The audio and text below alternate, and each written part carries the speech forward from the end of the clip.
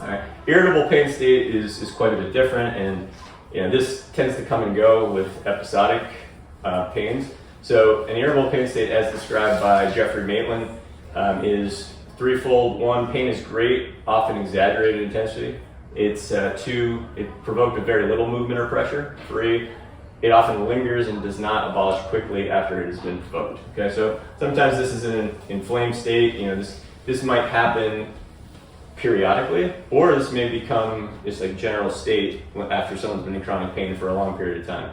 And there's possible mechanisms and associated diagnosis here. So the HPA axis might be in dysfunction, which is generally, people can talk more detailed about this, but just the amount of cortisol a person is exposed to in their life, right? So if that's just up over a longer period of time, you may be closer to this irritable pain state. Fibromyalgia is a diagnosis that's often, corresponding to a irritable pain state.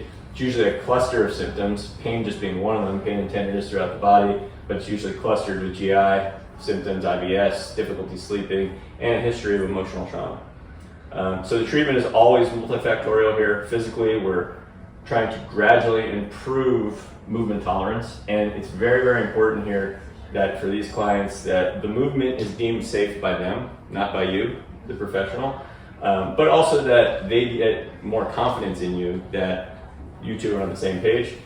From a psychology standpoint, improvement of self-efficacy, decrease of fear avoidance, etc. So things we'll talk a little bit more about. And then socially, support is really important here.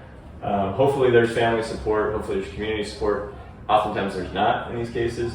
So as the professional, we become a big part of the support structure. And I've had a lot of experience working with people with fibromyalgia and chronic pain. And one of the things I've changed in my mentality over years is become much less of a mechanic and more of just like trying to be a support person for that individual in any session, right? Like I don't really care about how well they're moving a lot of times. I just want them to feel supported, and I want them to feel like they're in control as much as possible. And that, I think, becomes the most important thing you can do as a professional in these cases.